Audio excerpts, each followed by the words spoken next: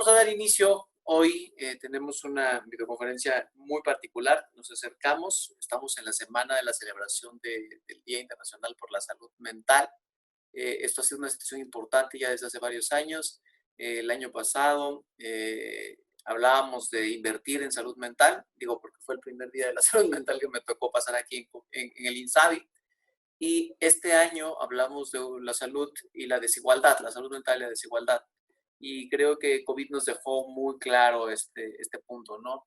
Pero hoy, de manera particular, celebrando el Día Mundial de la Salud Mental, me congratulo de tener aquí a la doctora Rosa María Osiris Pasarán Galicia, que además de ser una gran amiga, pues coincide, ¿no? Que es casualmente la directora del Hospital Psiquiátrico Fray Bernardino Álvarez. Entonces, pues bueno, tenemos aquí como acompañándonos a un grupo importante de personas que están aquí para escucharte, Osiris. Y pues bueno, sin más por el momento, muchas gracias por aceptar esta presentación y pues el público queda contigo. Muchas gracias, doctor Mendoza, amigo. Gracias por estas invitaciones. Espero la próxima. Y gracias por invitarme. Y qué bueno que estamos en esto. Bueno, pues gracias por la invitación. Los que están conectados, 191 personas. Quiero comentarles por qué es importante un tema destinado a las necesidades de salud mental. Seguramente la mayoría de ustedes ha visto varias presentaciones o ha estado en pláticas hablando de este tema. Nosotros quisimos hacer como pensando que de repente esto, gente que nos dedicamos a la salud mental, pues lo tenemos como ya muy metido en nosotros, la importancia de nuestro tema, pero pareciera que de repente es importante darles datos duros a ustedes, los compañeros que están en la medicina de otras áreas, para poder tener argumentos. Y bueno, me puse un poco a estudiar y pensé que una de las partes importantes sería hablar de los costos. Uno es los costos directos, que son los pagos efectuados para el diagnóstico y el tratamiento. Los costos indirectos, que básicamente tienen que ver con lo que el paciente deja de ganar al estar padeciendo esta enfermedad. Y los costos intangibles son aquellos que no podemos medir en dinero, pero que hay un impacto en las familias, como pudiera ser toda la parte emocional, toda la dinámica que se altera y las situaciones que van cambiando. Entonces, todos estamos claros que las enfermedades mentales cada vez son un problema creciente en salud pública, digamos, lo vemos, ¿no? Tengo algunos años de ser psiquiatra, entonces cuando empecé mi formación, corría el año de 1993, nosotros por ahí del 94 que íbamos a Hospital General, ver intentos suicidas sí era un tema, pero no era frecuente. Cuando yo estuve en el Hospital General de Torreón, de Ecatepec, cada día recibía entre 10 y 15, no cada día recibía al menos 5 o 3 adolescentes con intentos suicidas. Y después en el Hospital General de Torreón, unos años después, una década después, ya llegaban a ser hasta 10 adolescentes con intentos suicidas. O sea, todos hemos visto cómo estos temas han crecido, ¿no? Entonces, la prevalencia de los trastornos mentales, la magnitud de la discapacidad causado por estos trastornos y la utilización de los servicios de estos pacientes han sido bien estudiados en países en desarrollo. Y finalmente, en esos países, hoy por hoy es una prioridad. Nosotros pertenecemos a una política de cambio en el país, a una situación de cambio en la salud mental también, y la idea es a darle justo un cambio a lo que le llamamos la pirámide. La mayoría del dinero, digamos, que está invertido en salud mental, está en los hospitales psiquiátricos. En mi hospital, que es el hospital más grande de este país, ahí está. Pero el problema es que nosotros sabemos que esto no está solucionando nada, nosotros solo estamos saliendo como al rescate. Lo que necesitamos es que justo la pirámide, pensando que nosotros somos la punta de la pirámide, está volteada. Nosotros tenemos toda la carga de los pacientes, de los usuarios, pero además la economía está de nuestro lado, digamos, en estos asuntos de la pobreza. En la pobreza somos los menos pobres de la salud mental, pero nunca es suficiente el dinero, pero las comunidades se quedan sin apoyos y sin áreas. Entonces, por eso es que queremos darle la vuelta al triángulo y que las bases, la atención primaria en la salud mental tenga tanto los costos como los recursos bastantes. Esa es nuestra propuesta desde este cambio. Y voy a los números, ¿no? La OMS dice que en todo el mundo, no es solamente en este país, están aumentando los costos. Y lo que les decía, fíjense, yo soy de 1993, lo que les platicaba, y aquí vemos esto, del 90 al 2013, el número de personas con depresión, ansiedad aumentó en cerca de un 50%. El 10% de la población mundial afectada, más o menos, lo cual representa un 30% de la carga mundial de enfermedades no mortales. En 2015, los trastornos depresivos en escala mundial son más de 50 millones de personas viviendo con, digamos, esta discapacidad. Más del 80% de estas cargas de enfermedad no mortal se presentó en países de ingresos bajos y medianos. Actualmente, 450 millones de personas están afectadas por un trastorno mental o de la conducta. Y ojo, no estamos hablando de las enfermedades psiquiátricas que hacen que la gente se salga de la realidad. No estamos hablando de psicosis, estamos hablando de ansiedad, de depresión. Entonces, por ejemplo, las condiciones neuropsiquiátricas se les atribuye el 13% de los años de vida ajustados por discapacidad. En ese sentido, hagamos la comparación, las lesiones autoinfligidas, que podríamos hablar desde gestos suicidas hasta intentos suicidas, son del 3%, y la gente, las personas que viven con VIH, es un 6%. Cuando solo tomamos en cuenta el componente de discapacidad al calcular la carga de morbilidad, los trastornos mentales representan el 25.3% y el 33.5% de los años perdidos por discapacidad en los países de ingresos bajos y medios respectivamente. Entonces, ¿qué les quiero decir con todo esto? Que el tener un paciente, el ser nosotros un paciente, un usuario de los servicios de atención de salud mental, nos quita dinero a todos, al individuo, a la familia, a la sociedad. Y entonces esos costos financieros los pagamos todos. Entonces, ¿qué nos están diciendo? El 13% del total de la carga de morbilidad mundial está atribuido a los trastornos mentales. La depresión unipolar, o sea, los que solo están deprimidos, no hay otras asociaciones, es la tercera de las principales causas de morbilidad y representan el 4.3% de la carga mundial. Las estimaciones correspondientes a los países con ingresos bajos o medios se sitúan 3 y hasta el 3.2 y hasta el 5.1% respectivamente. Entonces, las afecciones mentales, como les decía, afectan a todos, ¿no? A la familia, al individuo y a la sociedad. Y se calcula que los gastos o las pérdidas económicas por este tipo de enfermedades a nivel mundial serán 16 billones de dólares en los próximos 20 años.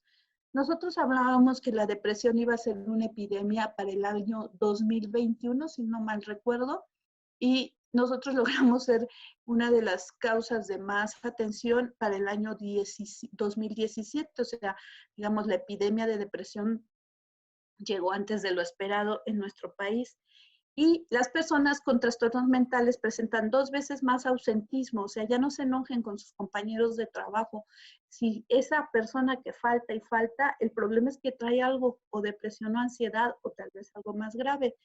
Según la OMS, los trastornos mentales y los problemas derivados de la ansiedad, la depresión y el estrés constituyen principales causas de incapacidad laboral, temporal y permanente en los países desarrollados. O sea que parecieras indicar que estos compañeros que todos calificaríamos de poco comprometidos, tal vez tuvieran algún problema emocional.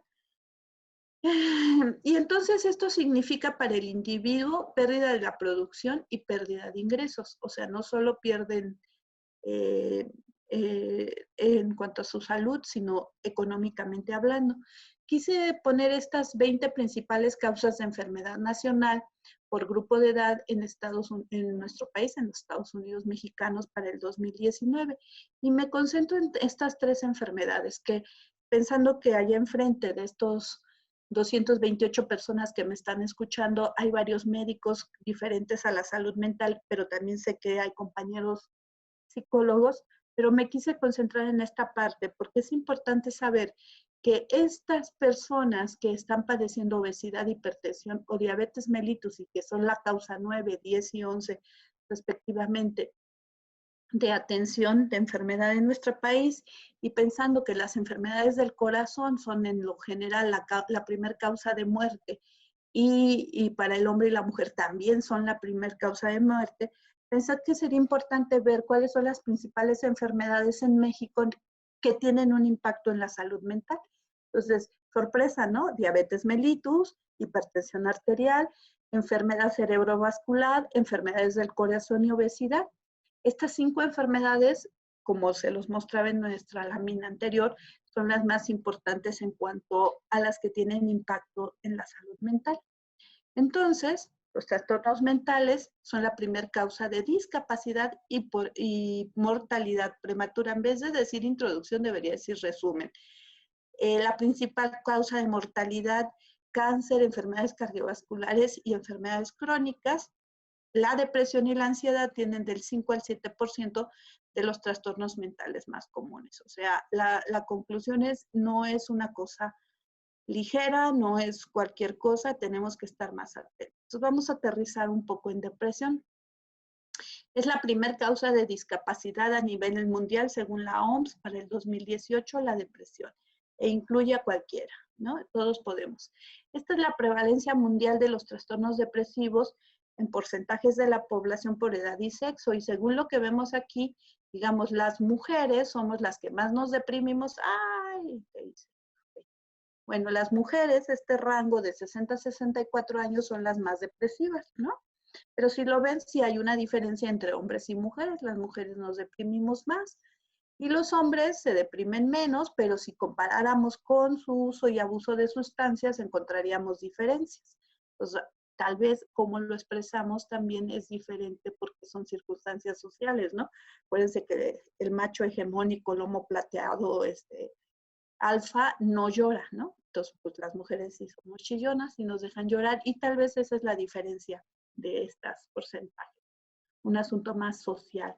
Entonces, vamos a ver las comorbilidades no psiquiátricas.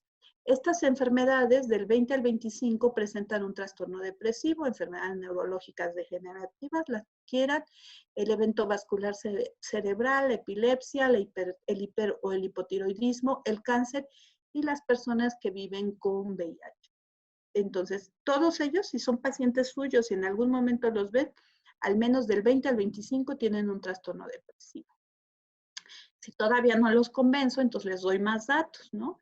Tenemos que, ¿qué va a pasar con este punto de este diabetes que tienen 8, de la diabetes mellitus, la comorbilidad psiquiátrica es el 8.8%, las cardiopatías el 6%, el asma el 6.1%, y entonces en estas comorbilidades psiquiátricas lo que va a pasar es que si nosotros no diagnosticamos a tiempo que hay una depresión mayor, nuestra adherencia al tratamiento de estos pacientes no va a ser buena. Yo recuerdo estos pleitos de consulta en los consultorios de medicina familiar o de medicina de primer nivel, de estar convenciendo al paciente que se tome medicina, no se la toman y nos van a visitar casi creo que nada más para mortificarnos, porque al final no mejoran, pero tampoco han estado haciendo nada por mejorar. Y uno se podría preguntar, pues, ¿qué pasa? Bueno, una de las cosas que pueden estar pasando, no digo que sea la única, es que tengan un trastorno depresivo y entramos a un círculo vicioso. No mejora su trastorno, su enfermedad crónica, no mejora el trastorno depresivo. 12% de los pacientes hospitalizados tienen trastorno depresivo mayor como una comorbilidad y 27% de los pacientes ambulatorios tienen depresión o síntomas depresivos. Eso sería bien importante que lo tomaran en cuenta para su consulta del día a día de este paciente que llega un día con una molestia, otro día con otra molestia, y tal vez si nos sentáramos y pusiéramos ojos de psiquiatra, pudiéramos identificar algunos factores psicológicos. Entonces, por ejemplo, ¿qué les pasa a los pacientes con enfermedades crónicas, ¿no? Pues les pasa que tienen bastantes factores estresantes agudos. Primero, ¿cómo les damos la noticia de esta enfermedad crónica que no se cura, que se controla? ¿Cómo es que ellos están esperando los resultados de sus pruebas, ¿no? Cada mes que hacemos su medición o la presión arterial en su consulta, el hecho de la angustia de estar sometidos a procedimientos médicos y ellos van viendo que su enfermedad va avanzando o que no mejora o no se estabiliza como quisiéramos. Esos son sus factores agudos. Y después tenemos los factores estresantes crónicos, pues el manejo de un futuro incierto, que ahí en el fondo todo eso es el miedo a la muerte, el autocuidado con las dificultades, ¿no? Uno les puede decir, come frutas y verduras, toma agua, pero sabemos que la economía, lo que hay más en la tienda es la Coca-Cola y las papas. Y a veces es más fácil comprar eso y es más barato que comprar verduras y manejo de los síntomas y cambios en la apariencia y la pérdida de la independencia, que es a lo que se enfrentan nuestros pacientes con enfermedades crónicas, ¿no? Empezar a ser cada día más dependientes. Entonces yo, al tener una depresión comórbida con alguna de estas enfermedades crónicas, se asocia con un riesgo 3 veces mayor de incumplimiento del tratamiento médico, lo que contribuye a una mayor morbilidad y a una mortalidad. Y entonces, finalmente hay altos costos para el sistema de salud, para el paciente y la familia, y los internamientos, la pérdida progresiva de funcionalidad, y todo va agravándose en la conducta. Entonces, no es fácil vivir con esto. Cuando me detectan alguna enfermedad cardiovascular, que en este país, pues, como sabemos, la hipertensión arterial, la enfermedad coronaria, el dolor torácico o la insuficiencia cardíaca, pues hay un impacto a nivel emocional y lo más esperado, y lo tendríamos que tener muy claro, es que se van a deprimir. Lo de menos sería eso, solo con la noticia y el impacto de la noticia. Pero finalmente también son las principales causas de muerte en nuestro país o en nuestras civilizaciones occidentales. Y bueno, por eso es que ha habido como tantos avances justo en este tema de las cirugías de corazón y en los tratamientos quirúrgicos o no quirúrgicos, puesto porque son altamente comunes estas enfermedades. Tenemos todos estos factores de riesgo, que todos lo sabemos, para las enfermedades cardiovasculares. Y bueno, yo me gustaría hablarles, por ejemplo, del manejo de las emociones, ¿no? Sus estados afectivos negativos, como esto de guardar la depresión, diría la gente, el enojo, la ansiedad, y de acuerdo a mi tipo de personalidad y a cómo aprendí a afrontar los problemas, es que yo voy a desarrollar mecanismos más sanos o menos sanos para afrontar todas las dificultades que puedan pasar en la vida. Y evidentemente, pues hay mecanismos más saludables que otros. Y lo que les decía, mis rasgos de personalidad, qué tan impulsivo soy, qué tan oposicionista puedo llegar a ser para poder contribuir a que no haga yo lo que conviene a mi salud. Y bueno, obviamente la gente con más problemas psicosociales que tiene que ver con su estatus económico o pobre red de apoyo, pues van a tener más dificultades para poder afrontar las enfermedades cardiovasculares. Según la AJA, para 2014 la enfermedad cardiovascular y depresión se asocia con debemos hacer una detección sistemática. ¿Por qué? Porque una quinta parte de las personas con cardiopatía le hace infarto agudo al miocardio, cumplen con criterios diagnósticos de depresión. Estas personas con infarto tienen 3 veces más frecuente que la población en general depresión, y de nuestros pacientes hospitalizados con infarto agudo al miocardio, el riesgo de muerte en 6 meses ya me hice bolas, perdón. Depresión en hospitalización se asocia a riesgo de muerte en 6 meses posteriores, o sea que no hay que hacerlo menor, ¿no? Y desde síntomas depresivos subclínicos hasta trastornos depresivos mayores. Entonces es importante, dicen que en la clínica se encuentra lo que se busca, pero solo vamos a buscar lo que sabemos que existe. Entonces, ojo, la depresión está ahí en nuestros pacientes infartados. Entonces, ¿Cuáles serían como nuestros criterios que nosotros como médicos o como psicólogos o como personal de salud tenemos que tener atentos? El estado de ánimo triste. Eso es importante y hay que preguntarlo. Pareciera muy obvio, pero es importante que se lo preguntemos. Y el otro, la de anedonia y la apatía. Pierden el gusto por las cosas que antes les daba placer o no tienen ganas de hacer nada. Al menos 2 semanas de uno de estos síntomas ya me puede ir dando índice de que esta persona, indicadores de que están deprimidos y que te lo dicen, ¿no? La mayor parte del tiempo estoy acostada, no quiero hacer nada, veo la tele pero no la estoy viendo, ya no me importa, ya no cuido mis plantas, ya no me levanto a hacer ejercicio, ya cosas de estas, ¿no? Entonces, otros síntomas como indirectos, la pérdida o la ganancia de peso en 5% al menos en un mes, el insomnio y la hipersomnia, la agitación o el retraso psicomotor, la fatiga, ideas de culpa y de minusvalía como sobrevaloradas, disminución de la concentración y pensamientos de muerte. Son otros síntomas que tenemos que preguntar, que hay que preguntarlos.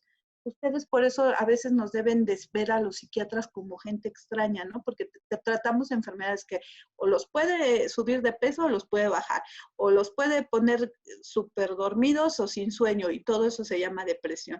Bueno, así de complejos son los seres humanos, no es tanto que seamos los psiquiatras tal vez solo somos víctimas del cerebro, que es nuestro órgano de tratamiento.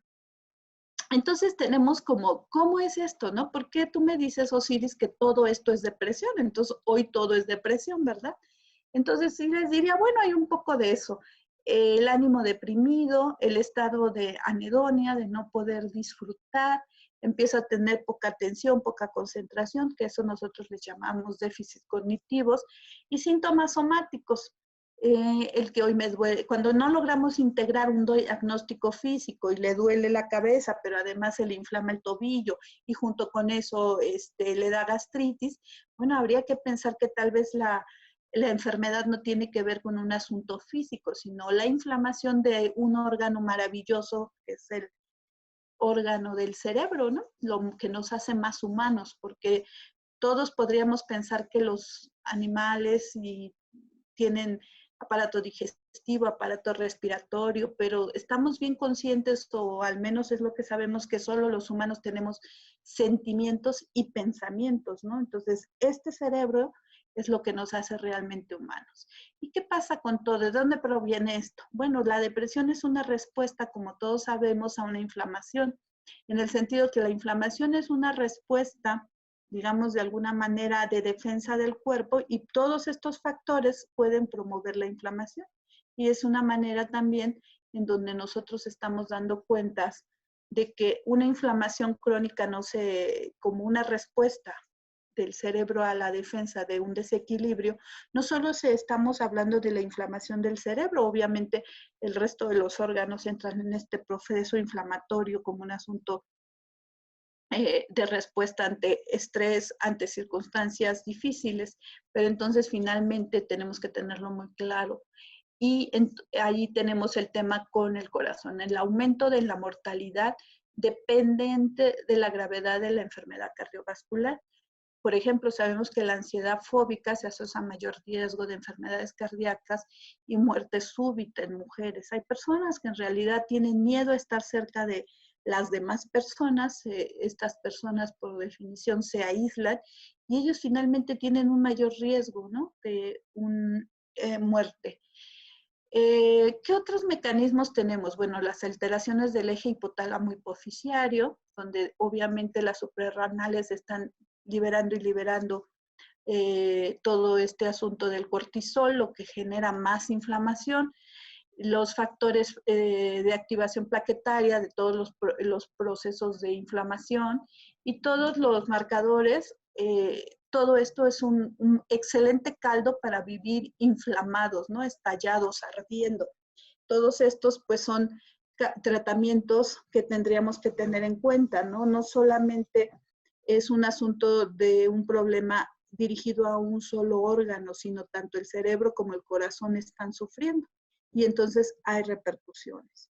¿Qué les diría? Una de las cosas también importantes es qué pasa con la calidad del sueño, la eficacia, porque todos sus pacientes con depresión y con enfermedades cardiovasculares o diabetes o obesidad van a tener, si están deprimidos, van a tener problemas de sueño. ¿Es posible que alguien no esté deprimido y tenga trastornos del sueño? Sí, es posible, pero una buena parte tienen una asociación depresiva, ¿no? Entonces hay que cuidar, no solo es que la gente vaya y se duerma 8 horas, 6 horas, sino además el sueño, la calidad y la eficiencia y la duración adecuada del sueño nos va a dar una reada, lo que sabemos, ¿no?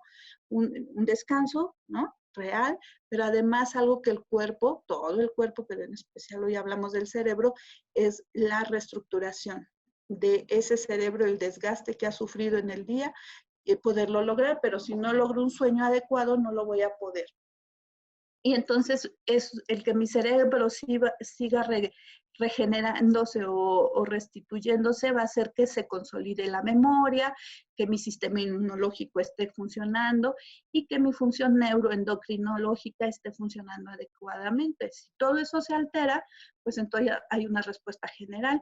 Y una de estas anomalías del sueño, pues los vemos asociados en nuestros pacientes con enfermedad cardiovascular, tienen depresión, otros deterioro cognitivo, convulsiones o mortalidad general. Ustedes me pueden decir, ay, la doctora, pues sí, pareciera ser que si no tuviéramos un sueño adecuado podemos llegar a la muerte. Entonces, los trastornos del sueño están asociados como factores de riesgo de complicar todos los problemas cardiovasculares y las alteraciones del sueño como parte de los síntomas asociados a la depresión. Entonces, ¿qué pasa? Bueno, termina siendo un trastorno del sueño, una comorbilidad crónica y hay anomalías del sueño preexistentes, prevalece en las mujeres y en la edad avanzada. Todos sabemos que conforme los adultos mayores van perdiendo sueño y se disminuyen las horas de sueño.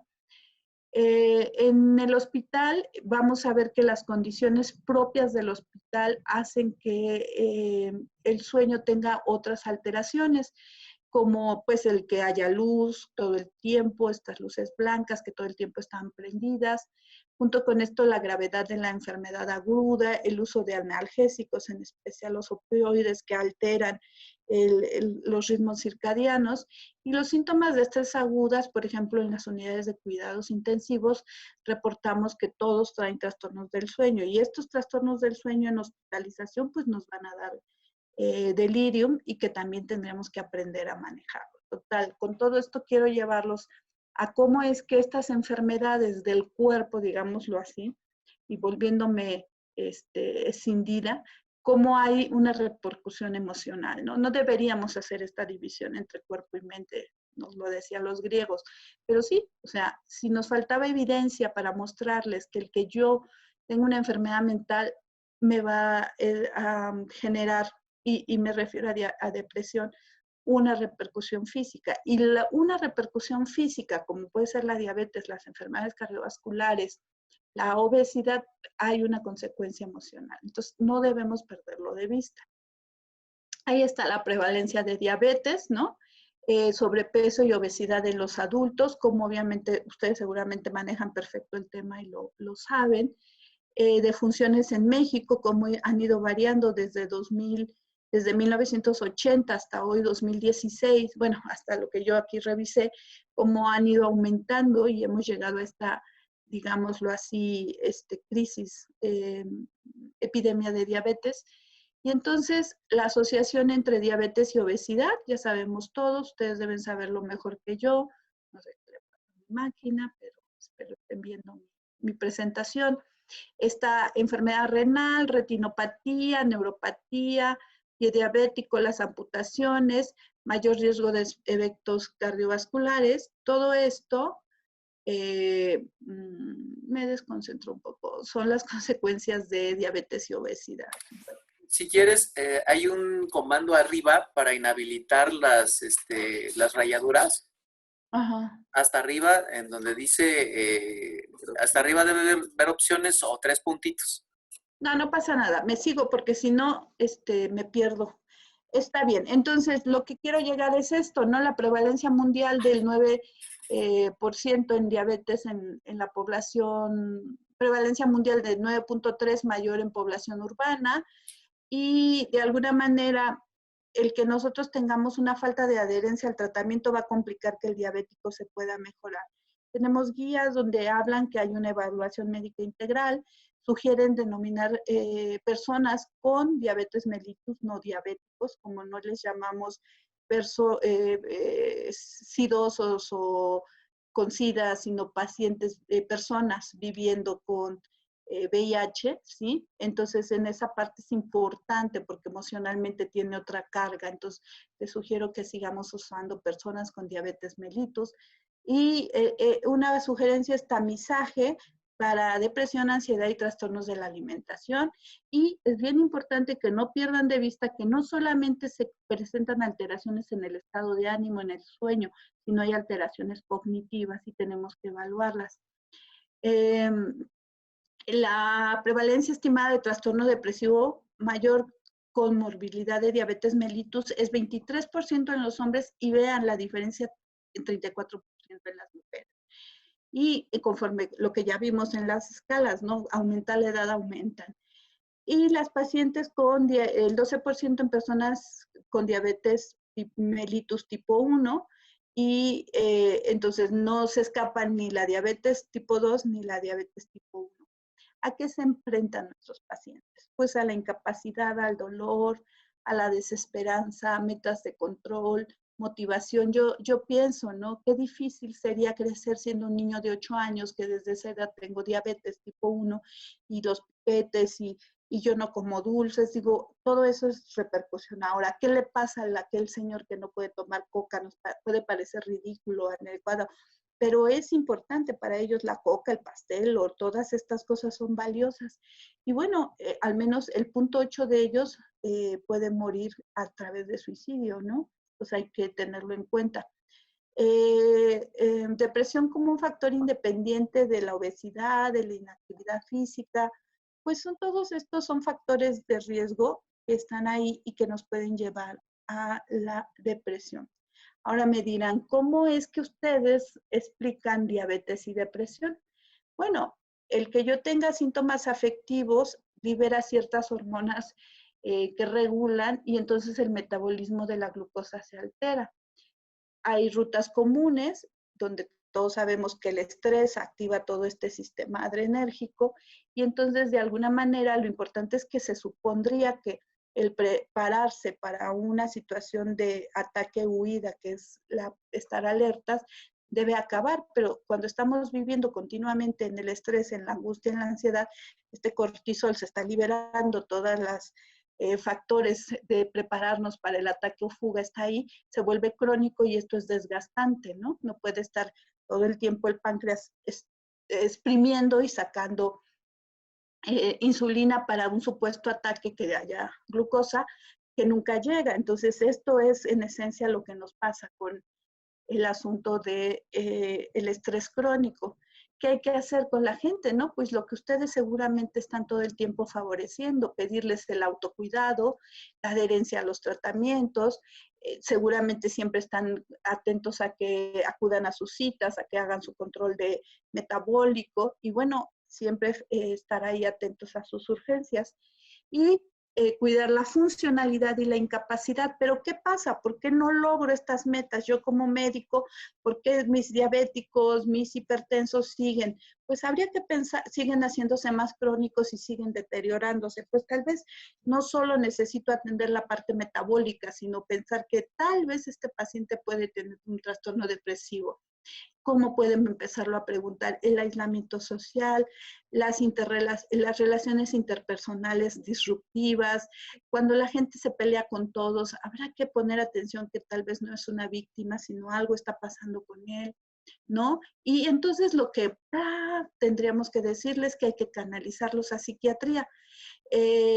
Pueden hacerlo desde pensar, bueno, si mi paciente no ha mejorado, a pesar de que estoy ahí intentando hacer mi mejor trabajo como médico, mi mejor orientación, la educación para la salud, hay que empezar a pensar que por qué sigue comiendo a pesar de las sugerencias.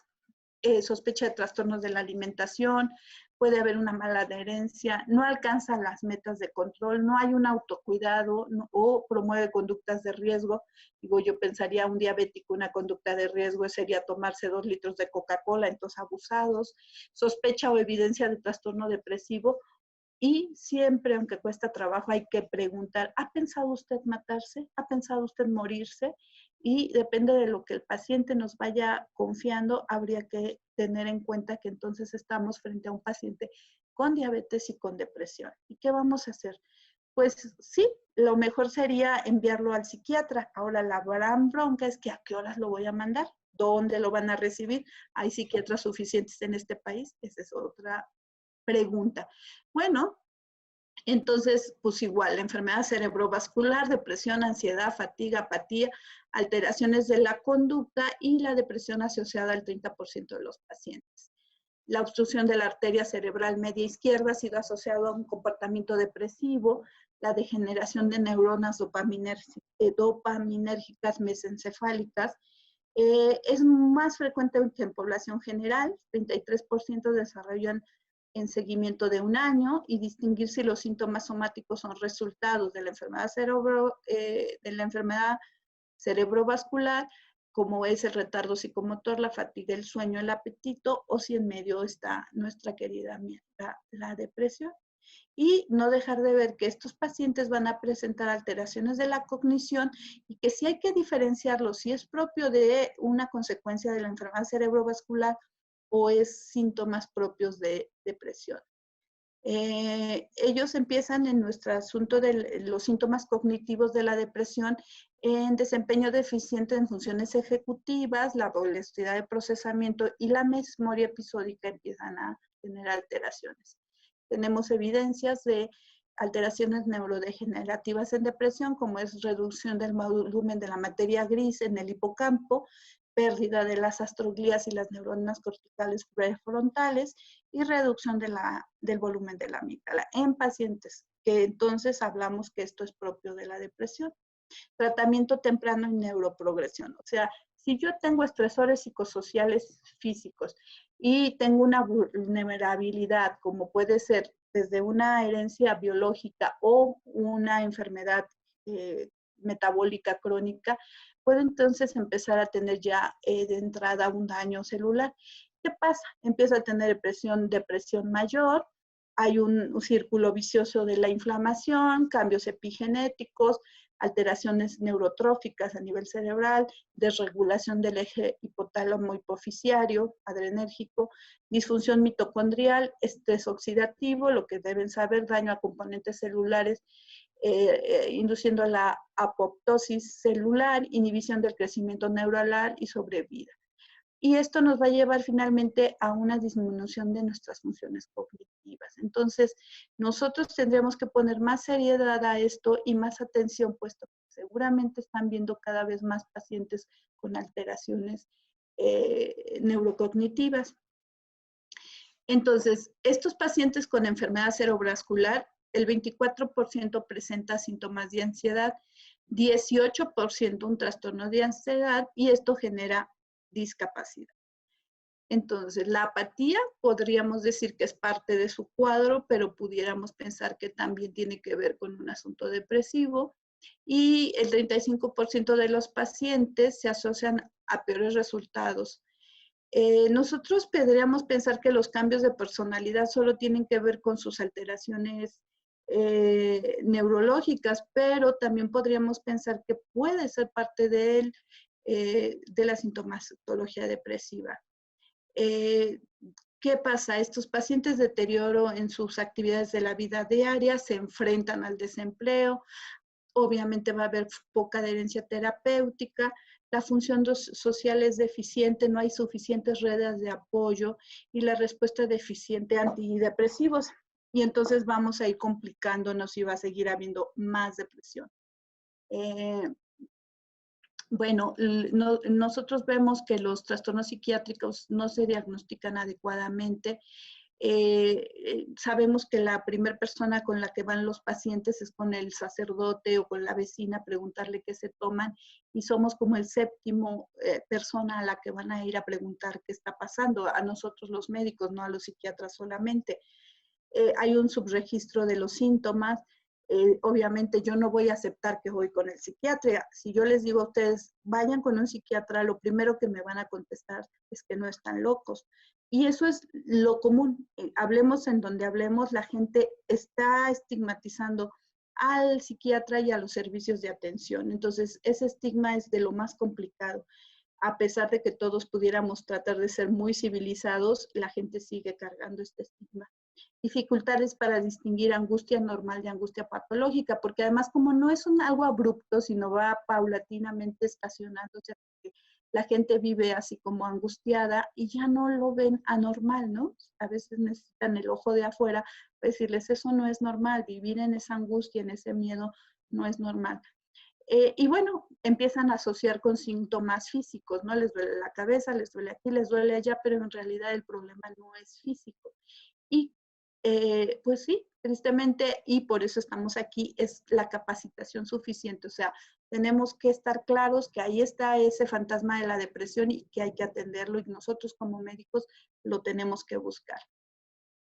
¿Qué pasa? ¿Qué hacemos? Si yo les vengo a tirar todo este rollo, pero al final lo importante y con lo que me gustaría que se quedaran es que la depresión, la ansiedad está ahí con sus pacientes, habrá que preguntárselo.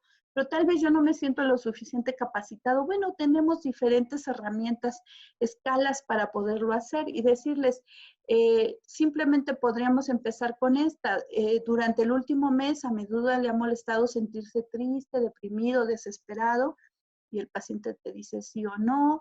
Durante el último mes le ha molestado a menudo o tiene poco interés o placer de hacer las cosas. Con un sí es suficiente para pasarnos a preguntar una entrevista clínica de seguimiento basada en criterios de diagnóstico y voy buscando trastorno depresivo mayor.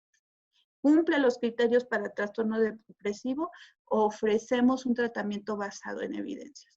El manejo y el uso de los antidepresivos, créanme doctores, es fácil, es un manejo simple que no es el tema hoy, pero es más fácil aprender a darle un seguimiento adecuado a una depresión y atender una depresión y darle su manejo en tiempo y forma adecuado, que a lo mejor el manejo de una crisis hipertensiva o de una convulsión.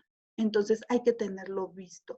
Si nuestro paciente dice que no tiene ninguna de estas preguntas, bueno, entonces no está cumpliendo criterios para depresión y es poco probable que el paciente tenga. Este tamizaje, su sensibilidad es del 95% y su especificidad del 65%. Ahora, los antidepresivos son neuroprotectores, así que tampoco les van a hacer daño. Esta es otra escala, ¿no? No los voy a apabullar con esto. Otras escalas. Y traje otra a mostrar. Y básicamente yo les quiero decir, no es difícil, hay que tener empatía, ojos abiertos, oídos grandotes para escuchar y ver más allá de lo que el paciente te quiere decir, porque detrás de eso sí o no, no me importa, o cara de fastidio y enojo mutuo, hay otras cosas. Yo los invito a que cambiemos esta dinámica a veces de los hospitales o de los que entiendo y que sé que el trabajo se desborda de los consultorios de primer nivel de atención, de tratar de escuchar y de ver qué otra cosa trae nuestro paciente, además de su hiperglicemia. Entonces, ¿qué hacer? Incluir a pacientes y familias en toma de decisiones. Doctores, los dueños de la vida de los usuarios, de los pacientes son ellos, es involucrarlos. O sea, no es mi bronca que baje tu glicemia, es tu responsabilidad. Discutir el plan de tratamiento con el equipo, ¿no? Espero que haya equipo. Si estamos solos, como nos ha tocado a muchos, pues hablarlo, ¿no? Decirle, necesitamos que usted haga cambios en su vida, todo esto, en su educación para la salud, explicar la acción de los fármacos a utilizar, revisar el historial, tener en cuenta la edad del paciente y la comorbilidad médica, saber que los medicamentos dan efectos secundarios y explicárselos. Y en ese sentido, que le pierdan el miedo, digamos, estrictamente a nuestros tratamientos. realizar los estudios de laboratorio, todo lo que ustedes saben, y compruebe si las indicaciones de cada medicamento se sigue en este presente. ¿Qué no hacer? Eh, bueno, perdón, a lo mejor fui un poco confusa. Todo esto tiene que ver qué voy a hacer yo cuando yo decido ya hacer un manejo farmacológico como médico. Entonces yo tengo que cuidar toda esta parte y el estigma, o sea, aprender y enseñarle al paciente que no es droga, no se va a hacer dependiente y que esto va a ser un tratamiento largo de 6 meses a un año, pero que le va a ayudar y que va a estar mejor y que él se va a sentir mejor. ¿Qué no hacer? No ignorar la condición mental, hablarlo. Lo peor que podemos decir es esconderlo. Yo tenía una amiga que empezaban a llorar los pacientes y ya los mandaba conmigo a psiquiatría. Yo le decía, oye, espérate, pues nomás está llorando porque le acaba de decir que es diabético. Tolera eso, escúchalo, platica de cuates. Ya no en tu posición de doctor, tolera eso, ¿no? Es a veces difícil. No ignorar la situación psicosocial del paciente, evitar la polifarmacia de las personas mayores, evitar las benzodiazepinas. No está bien. Ya sé que a nosotros nos achacan que nosotros los hacemos adictos, pero en realidad la mayoría de los pacientes que usan clonazepam se los dio su vecina y se los roban a la vecina o se los compran o se los regalan entre ellos, ¿no? Y a nosotros nos echan la culpa. Bueno, hay que hablar con ellos. No use antipsicóticos de forma rutinaria como ayuda para dormir. Hay que evaluar ese insomnio. No ignore el aumento de peso durante el tratamiento farmacológico. Es importante estar atentos si es que nuestros medicamentos se lo dan. Y no subestime el impacto de la depresión en la calidad de vida y el curso de la enfermedad médica comórbida. Entonces, pues, no sé si tenemos todavía tiempo. Me habían dicho que, ay, voy bien en el tiempo. ¿Qué vamos a hacer? Bueno, por eso les decía que era como una cosa más simple, ¿no? Vamos a promover comportamientos saludables, ¿no? Pues lo que ustedes saben, no sé, el club de los diabéticos o la psicoeducación, digo, la educación para la salud, actividad física, toda esta parte de la dieta, ¿no? El tratamiento de las enfermedades médicas, ¿no? El manejo del dolor, la rehabilitación, lo que ustedes saben, esto es todo lo de enfermedad médico, pero doctores, ustedes también pueden hacer esta otra parte. Primero, la psicoterapia es la terapia del, pedimos cognitivo, pero bueno, al final hagamos lo que se pueda, donde esté a nuestro alcance. Activización conductual, talleres de manejo de estrés, afrontamiento de la angustia, otras terapias basadas en evidencias. No perdamos nuestra parte científica, no caigamos en la magia ni en estas terapias mágicas, ¿no? Milagro que todo resuelven.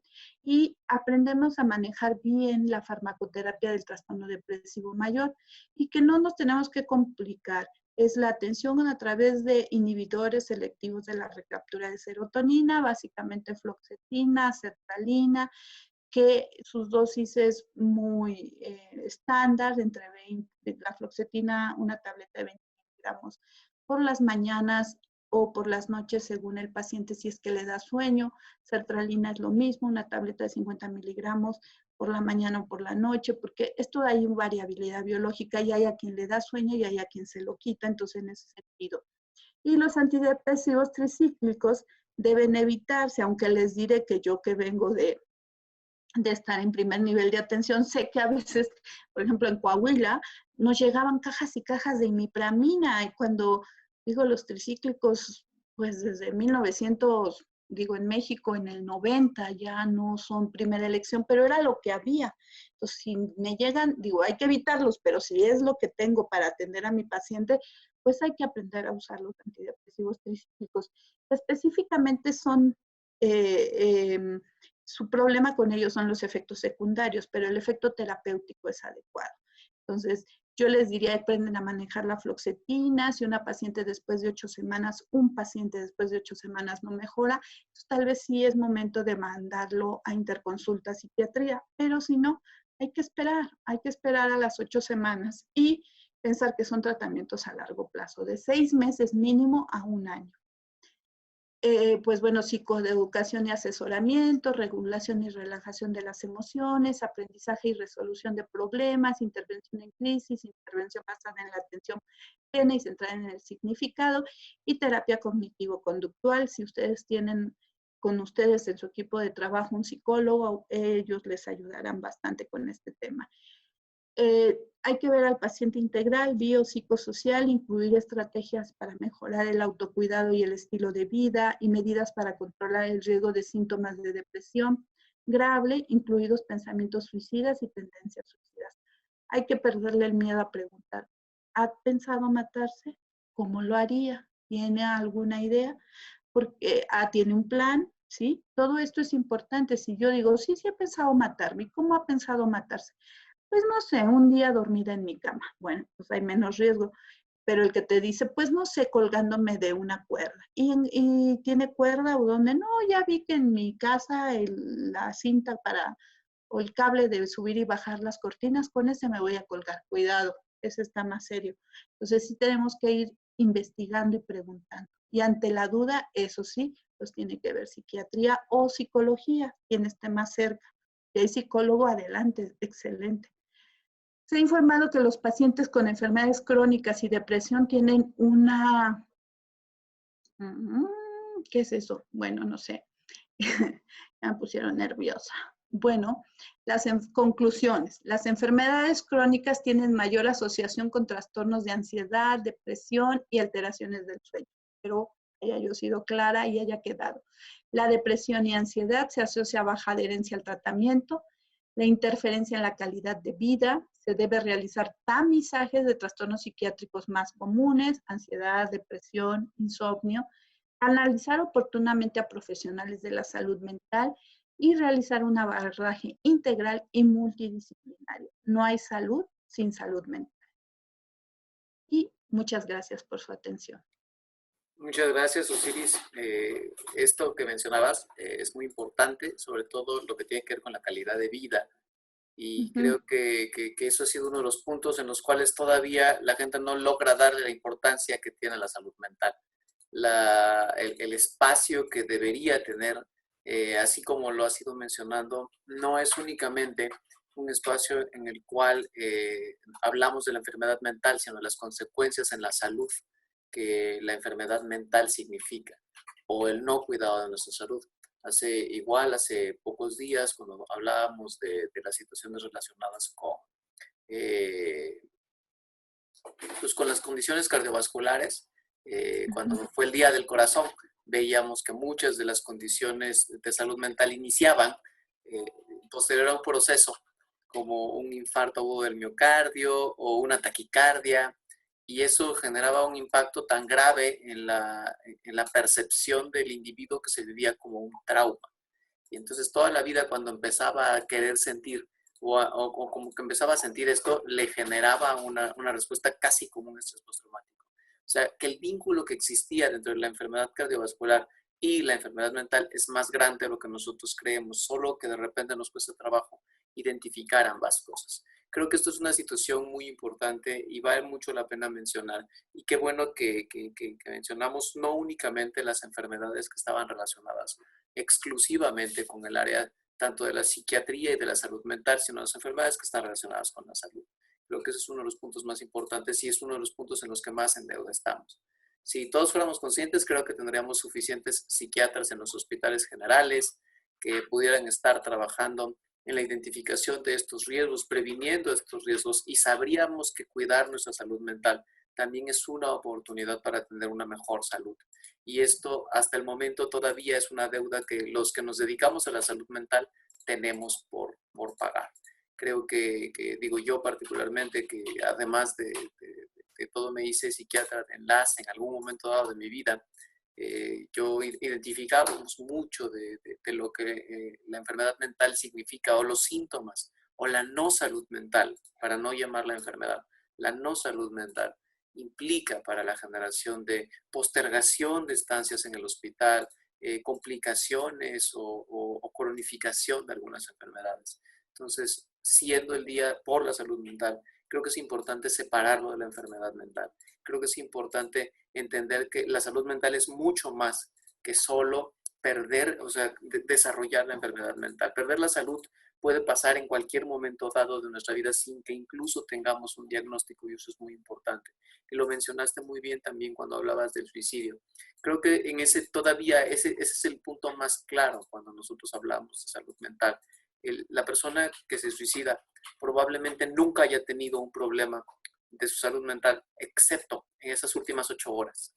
Y si en esas últimas 8 horas todo se conjuntó, es probable que nosotros ni siquiera, o sea, aún a pesar de estar completamente preparados, lo alcancemos. Entonces, esto es importante que llegue a las familias, que llegue a las personas, para que nosotros podamos entender lo importante que es estar pendientes de nuestra salud mental y de la salud mental de las personas que están junto a nosotros. Pues bueno, igualmente hay felicitaciones por la presentación. Ya ahorita igualmente pondremos algunas cosas. Igual mencionaban igual que es cierto que no hay salud sin salud mental. Y pues bueno, creo que bueno, ha sido una reunión con mucha gente. Igual terminamos siendo 250 personas. Entonces, vale mucho la pena. Creo que algunos de los conceptos que a veces nos cuesta trabajo ver, como esto de los años de vida perdidos por calidad de vida relacionada en salud, son como puntos en los que vale la pena que sigamos mencionando, ¿no? Que vale la pena que entendamos que estar triste no es estar deprimido, que tener depresión no es únicamente una decisión en la vida, sino que ocurrió un cambio estructural, un cambio, como tú mencionabas, en el proceso de inflamación persistente, y estamos inundados de inflamación, como decías, y esta inundación de inflamación nos deja en algunos procesos, la ansiedad y la depresión nos dejan algunos procesos como vulnerables ante el desarrollo de algunas enfermedades virales. En este caso, como la que nos reúne aquí, que es COVID, ¿no? COVID. Ya hemos visto que esta falla de la ansiedad y este proceso inflamatorio discreto que la ansiedad genera impide que las mucosas del pulmón generen el factor surfactante que necesitan, y entonces se hace un poco más vulnerable esta mucosa, y el SARS-CoV pues, se mete un poco más fácilmente, ¿no? Con la ayuda de la enzima convertidora de la angiotensina 2, pues ya se arma todo el protocolo, y por eso las personas que tienen algunos de estos síntomas, la infección viral de cualquier virus respiratorio se favorece. Y es por eso que creo que es importante lo que has mencionado. Hay que mantener siempre presente que cuidar nuestra enfermedad, nuestra salud mental, puede ser más importante para también cuidar nuestra salud. Y así como mencionaban, no hay salud sin salud mental, a mí también me gusta decir que tampoco hay desarrollo sin salud mental. Y creo que Claro. tenemos que entenderlo, porque también a nosotros los que estamos en algunos puntos del trabajo público, tenemos que promover que exista desarrollo, que exista participación productiva de la gente y que se sienta productiva, porque eso también asegura Es su salud importante. mental. Así No sé es. si quieres hacer un comentario. Hay muchas eh, felicitaciones de varias personas desde diferentes lugares. Y pues bueno, María Esther, Verónica Ordaz, te felicitan. Y pues bueno, no sé si tú quieras hacer algún comentario más. Pues sí, agradecerles su atención y decirles que debemos diagnosticar y atender la depresión porque honestamente nosotros no somos suficientes psiquiatras para atenderlos. Y es más sencillo, pero primero sí tenemos que aprender, tenerlos presente, ¿no? Hay una depresión, hay ansiedad, vamos a ver si este paciente que no está haciendo adherencia terapéutica no tendrá que ver otra cosa que no es lo físico.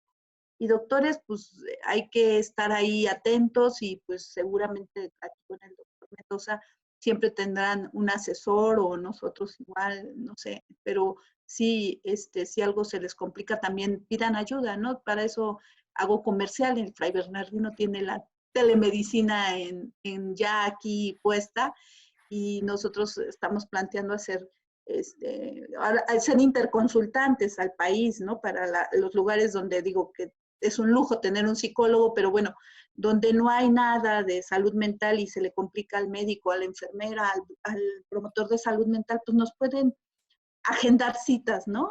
Al FRAI, y bueno, sé que no solo somos nosotros, digo, yo hago el comercial de mi hospitalito, pero hay en todo el país más opciones, pero Hospitality.